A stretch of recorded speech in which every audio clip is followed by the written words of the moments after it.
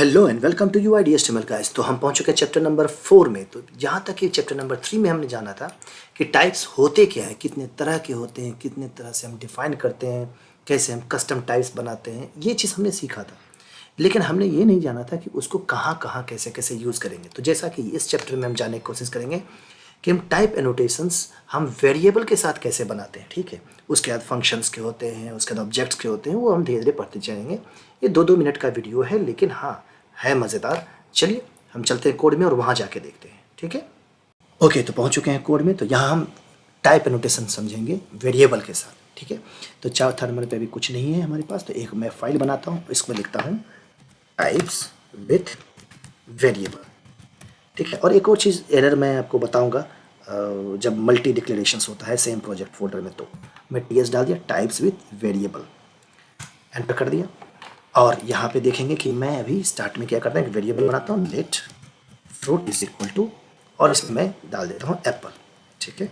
तो आपको पता है कि ये हमारा स्ट्रिंग है, तो आपने क्या किया, यहाँ पर टाइप एनोट कर दिया स्ट्रिंग। सिंपल, बहुत आसान है, सेमी कॉलन नहीं फुल कॉलन होगा, ठीक है। तो अब आप इसमें चाहेंगे कि कुछ भी चीज़ हम ऐड करें, नंबर डाल दें टू 20, तो आपको यहीं पे एरर देगा कि आप इसमें स्ट्रिंग ही डाल सकते हैं, नंबर नहीं डाल सकते, है ना। कितना आसान है तरीका यहाँ पे। उसी तरीके से अगर आप यहाँ पे लेते हैं, यहाँ लिखते हैं काउंट डाल देते हैं, काउंट इक्वल टू 20 डाल दिया आपने।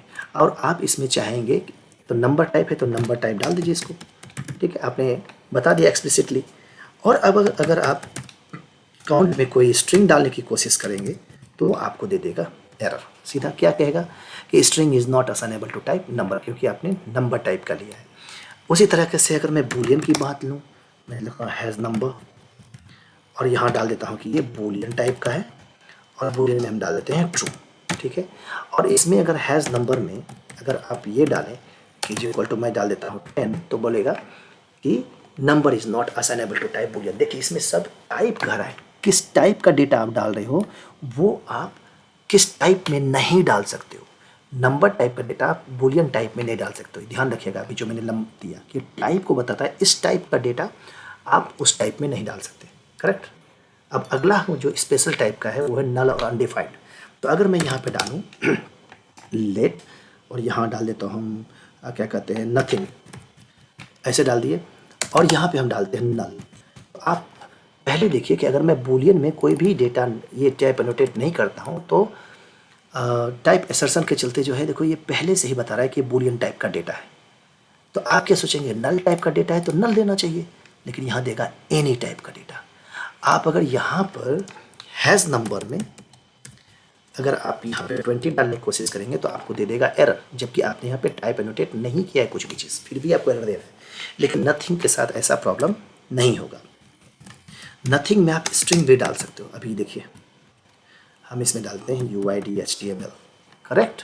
ये ऐसा क्यों, क्योंकि देखेंगे नथिंग हमारा एनी टाइप ऑफ डेटा है कि कोई भी डेटा को एक्सेप्ट कर सकता है। समझ में आ गया।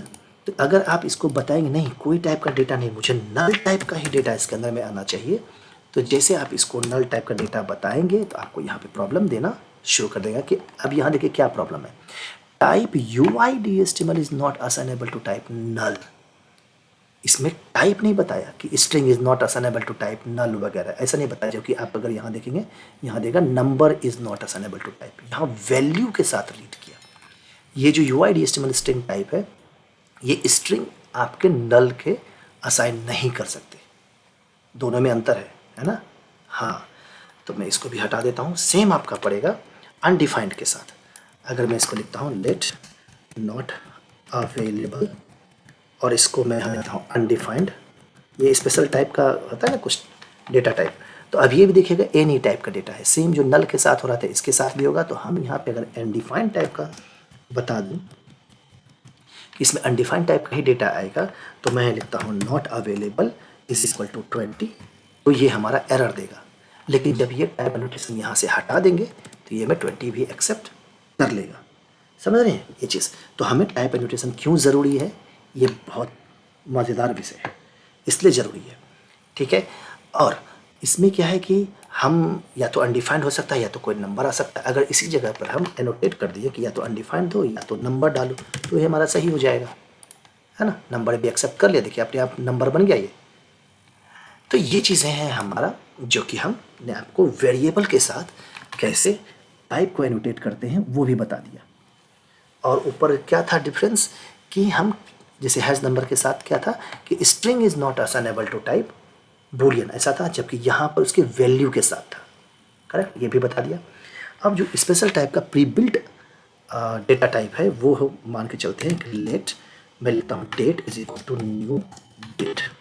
अब न्यू डेट क्या है कि स्पेशल टाइप ऑफ डेटा है जो कि हमारा अवेलेबल है जावास्क्रिप्ट में। लेकिन ये एरर क्यों दे रहा है, लेट डेट एरर क्यों दे रहा है, कह रहा है कि ये पहले से ही कहीं पे वेरिएबल स्टोर्ड है। देखिए ये इस तरह से प्रॉब्लम आ रहा है क्योंकि पूरा प्रोजेक्ट का फोल्डर, मैंने सिर्फ ये फोल्डर को ओपन नहीं किया वीएस कोड में, मैंने पूरा प्रोजेक्ट ओपन कर लिया है, जिसके चलते ये प्रॉब्लम है। अगर मैं यहाँ पर इस प्रोजेक्ट को ओपन ना करके सिर्फ ये फोल्डर को ओपन करूँगा तो ये मेरा सही हो जाएगा। देखिए अभी मैं चौथे नंबर चैप्टर में हूँ, तो मैं इसको क्या करता हूँ, नया वीएस कोड ओपन कर लेता हूँ। ठीक है, जब ये नया वीएस कोड ओपन होगा हमारे पास, देखिए खुल के आ गया। अब मैं क्या करता हूँ, इसको साइड बाय साइड से रखता हूँ। ठीक है, ये आ गया यहाँ पर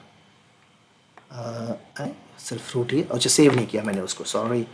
तो मैं क्या करता हूँ, उसको सेव नहीं किया है, इसको मैं सेव कर देता हूँ, तब आपको समझ में आएगा। ये मैं कंट्रोल एस कर लेता हूँ। ठीक है, तो ये हमारा सारा चीज़ आ गया इधर। अब इसको मैं साइड बाय साइड कर देता हूँ। ठीक है, अब देखिए डेट में कोई प्रॉब्लम है नहीं, वो इसलिए प्रॉब्लम था क्योंकि हमने पूरा का पूरा फोल्डर प्रोजेक्ट फोल्डर खोला था। अब मैं इस फोल्डर में काम करूँगा, और मैं अगर इसको कंसोल डॉट, और यहाँ आप ये देखिए डेट टाइप का डेटा है ना, तो आप इसको एनोटेट कर दिया डेट टाइप डेटा से, ये ठीक है करेक्ट। अब इसमें क्या करेंगे, क्या है date, date is equal to 20 नहीं डाल सकते, क्योंकि वो क्या बताएगा कि हमारा number type is not assignable to type, date type है, डेट के अंदर में डेट टाइम इस तरह से आता है। अगर मैं कंसोल डॉट लॉग करता हूँ और इसमें लिखता हूँ डेट डॉट, अब देखिए पूरा लिस्ट खुल गया, गेट डेट को मैं कॉल करने की कोशिश करता हूँ, मैं सेव करता हूँ, टाइपस्क्रिप्ट सेव हो गया। और इसको मैं जावास्क्रिप्ट में जनरेट करके भी देखता हूँ। तो जावास्क्रिप्ट में कैसे जनरेट करेंगे, हम टीएस नोड इंस्टॉल किए हैं, ts-node, और वही वेरिएबल जो वही टीएस फाइल जिसको हमको एग्जीक्यूट करना है, तो टाइप्स -with -वेरिएबल्स, ये वेरिएबल्स नहीं, वेरिएबल डॉट टीएस।